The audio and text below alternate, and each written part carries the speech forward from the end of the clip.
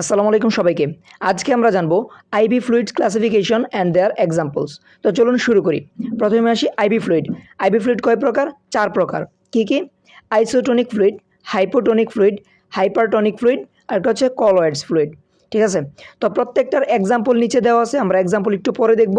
প্রথমেই প্রত্যেকটা টপিক সম্পর্কে আমরা জেনে নিই। আইসোটোনিক কখন ব্যবহার করা হয়?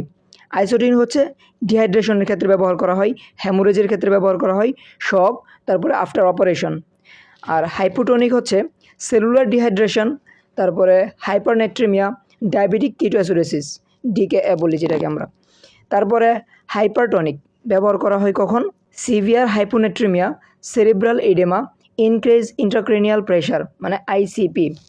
আর কলয়েড ব্যবহার করা হয়েছে hypovolaemic shock, severe burns, hypoalbuminaemia, তারপর হচ্ছে প্লাজমা ভলিউম বাড়াতে। এখন আমরা দেখব আইসোটোনিক, এটা হচ্ছে ব্লাড ভলিউম বাড়ায়। আর হাইপোটোনিক হচ্ছে কোষে পানি দেয়। হাইপারটোনিক হচ্ছে কোষ থেকে পানি বের করে। আর কলয়েড রক্তনালীতে পানি ধরে রাখে এবং প্লাজমা ভলিউম বাড়ায়। এখন আসি প্রত্যেকটা এক্সাম্পল সম্পর্কে। আইসোটোনিকের এক্সাম্পল কী কী? 0.9% নর্মাল স্যালাইন মানে এনএস যেটা।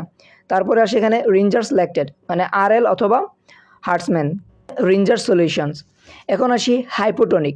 হাইপোটোনিক ফ্লুইডের ক্ষেত্রে আছে এখানে 0.45% নর্মাল স্যালাইন যেটাকে বলি হাফ এনএস, তারপরে হচ্ছে 0.33% নর্মাল স্যালাইন, আর হচ্ছে 0.22% normal saline. Dextrose 2.5% in water.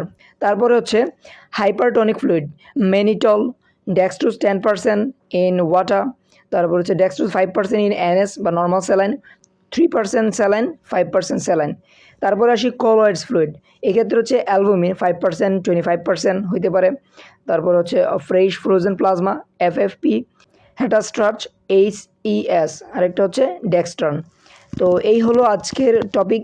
IB ফ্লুইডের ক্লাসিফিকেশনগুলো আমরা জানলাম, একটা স্ক্রিনশট দিয়ে রাখতে পারেন আপনারা। তারপরে আইবি ফ্লুইডের যেই ব্যবহারটা আপনারা স্ক্রিনশট দিয়ে রাখতে পারেন। তো ভিডিওটা ভালো লাগলে আপনারা সেভ করবেন এবং শেয়ার করে সবাইকে জানার সুযোগ করে দিবেন। ধন্যবাদ সবাইকে। আসসালামু আলাইকুম।